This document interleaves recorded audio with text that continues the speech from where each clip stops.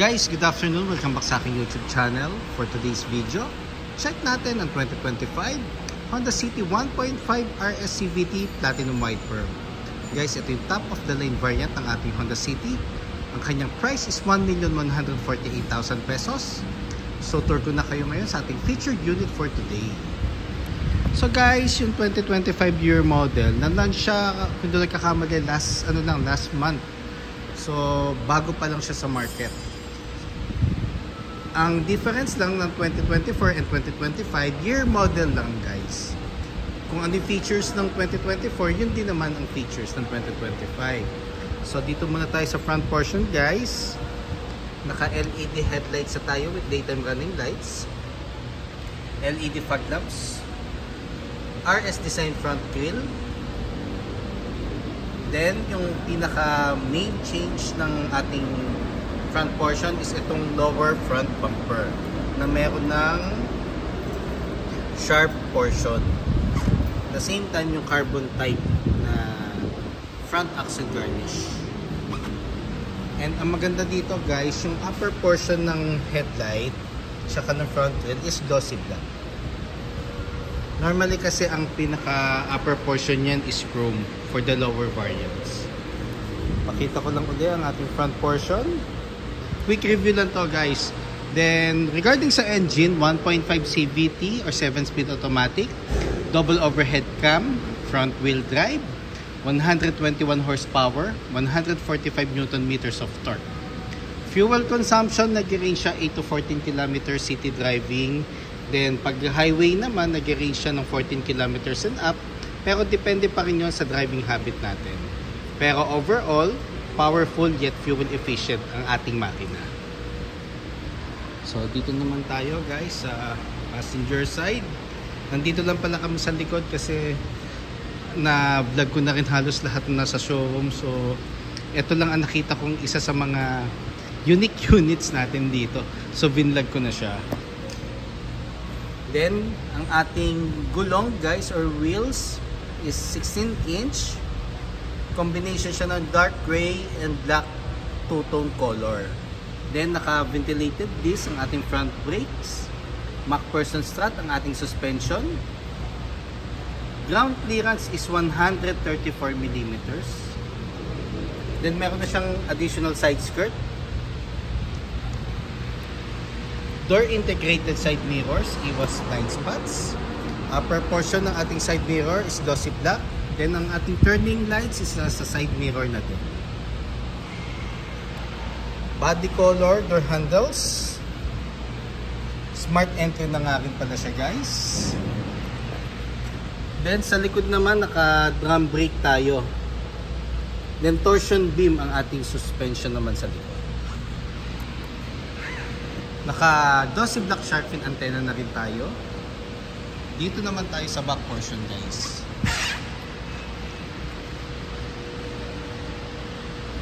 So sa back portion guys, meron tayong duck type glossy black RS spoiler.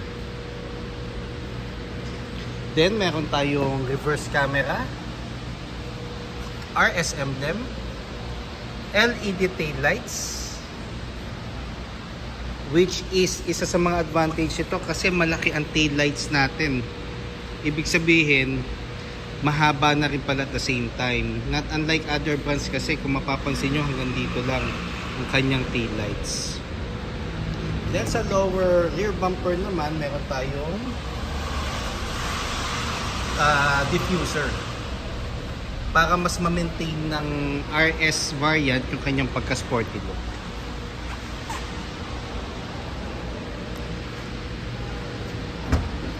Then compartment is 519 liters. So spacious ang ating compartment. Isa ito sa mga advantages ng ating Honda City. Even sa mga previous models naman. Then naka-ano tayo, donut type spare tire. Then nandito na rin yung jack. Then tools nandun na rin.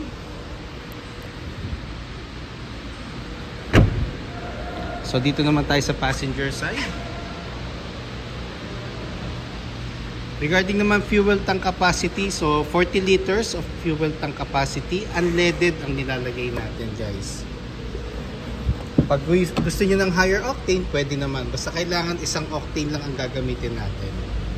Then dito tayo sa door panel na second row, so combination siya ng urethane and leather accent with red stitches.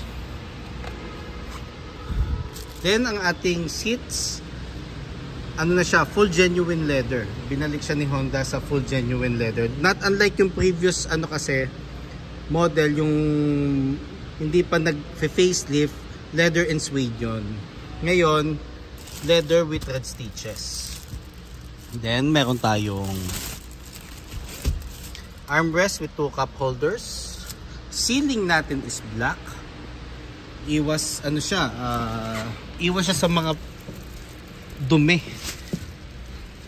Then ang ating dome light.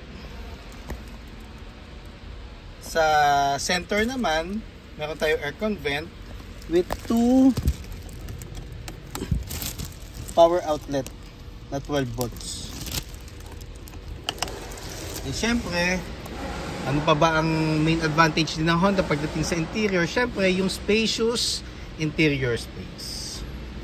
Makikita nyo, napakaluwag na units natin. So kung more on value for money, durability, power ng makina, asahan nyo Honda talaga. Dito naman tayo sa driver side. So dito sa passenger side guys, sa driver side, nandito yung buttons natin. So nandito yung power folding side mirrors, adjustments ng mirror left or right, ito yung kanyang knob, central door lock, and window switches. Then sa driver seat naman, manual adjustment ang ating height. Then sako na rin lang yung ating map light. Then ito yung ating smart key. So dalawa lagi ang binibigay namin guys. Maganda, wag nating iwawala to kasi mahal to guys. Kaya kailangan i-safe keep natin to para hindi siya mawala. So nandito na tayo guys sa steering wheel natin. So ano na siya guys, pag RS guys, ano siya, tilt and telescopic. So same goes with the other model lineup.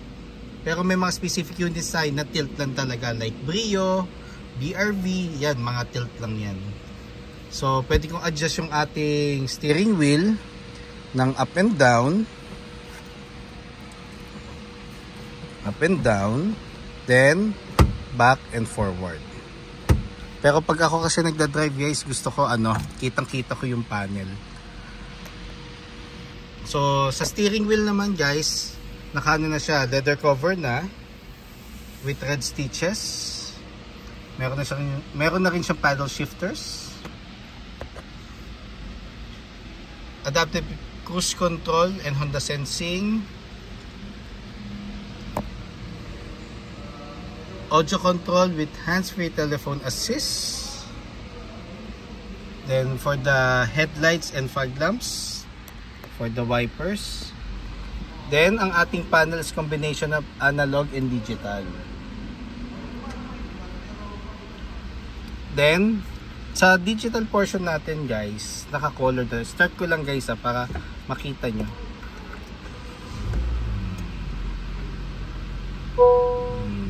Diba? Ano na siya, naka-colored na.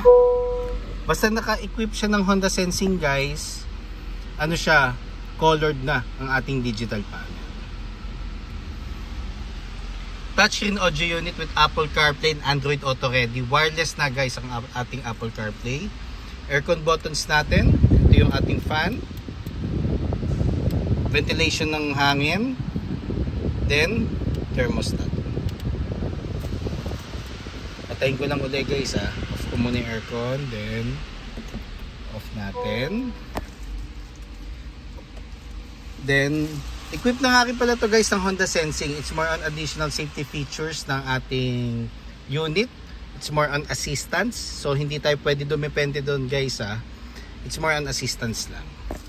Then 2 USB ports, power outlet, 2 cup holders. Transmission natin, meron tayong park, reverse, neutral, drive, and sports mode. Sports mode, mas mabibigyan kanya ng power and speed, pero expect natin guys, mas magko-consume siya ng gasoline compared sa drive. Pero ang drive guys, as I always say, kayang-kayang i-comply sa mga long drive uphill, kayang-kaya ng drive yan. Then handbrake, armrest, so leather na siya with red stitches. Console box, dito natin lalagay yung mga coin pairs, cords, candies guys, magdala rin kayo para at least kung inaantok kayo habang long drive, meron kayong remedy para mawala yung antok nyo.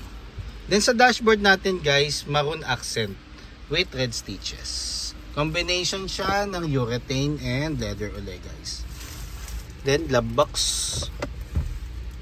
warranty booklet, owner's manual, yan natin lalagay. Insurance policy kung sakaling meron, at copy ng ORCR na hindi expired. Then visors natin guys, nakano ng plastic pero ayan, may mirror siya dito, same goes dito. Ayan. So guys, for quick review lang, just in case na meron kayong concerns regarding down payments, cash discounts, parts inquiries, and service appointment, feel free to call or text 0906-386-8937. Ulitin ko, 0906-386-8937, or visit me at 598 EDSA East Grace Park, Caloocan City, and look for me guys, Ross Oliver Cruz, ang inyong friendly sales manager here at Honda Cars Balintawak. Looking forward to meet you here guys, and kindly subscribe na rin sa aking YouTube channel at pa-follow na rin sa aking Facebook, Ross Oliver Cruz, and aking Facebook page, Honda Cars Balintawak Best Deals by Ross Oliver Cruz. Yun lang guys, thank you and God bless.